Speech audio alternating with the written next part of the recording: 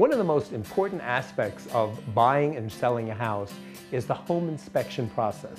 It is critically important for both the buyer and the seller. Today we have Jeff Layton with us from Inspect It First. Welcome, Jeff. Thank you, Randall. Thanks for having me on your show. Thank you. Tell us a little bit about what it is you do.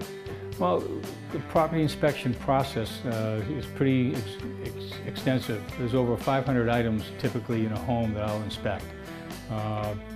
From electrical outlets to the electrical panel to the service line coming into the home, plumbing, looking at plumbing leaks under the sink, looking at the heating systems, making sure they're functioning properly, checking service records, seeing if all the safety features are currently present on the heating system. Look at structural systems as well, whether the building is properly supported. Looking for rot, wood decay, things of that sort.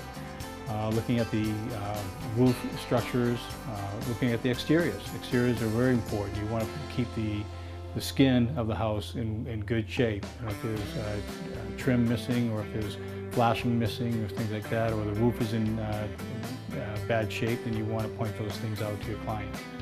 So those are a lot of the things that we'll look at in the course of the inspection.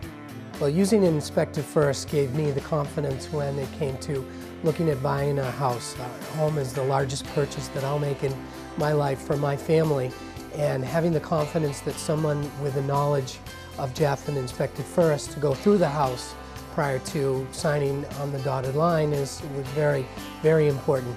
Now you use thermal imaging as well. I do. I use that as the last part of my inspection process, and it just now allows me to see things that you can't see with the naked eye. Oh, that's great.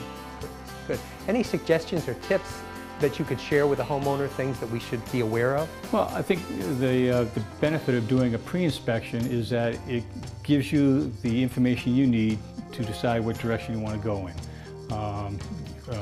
If you come up with a list of items that you can decide which ones you want to repair, and depending on the costs involved in that. And then you can also decide if you don't want to do those things, you can put it into your disclosure so that the prospective buyer will have that information in front of them, so they can decide whether they want to go through the process of having it repaired on their own.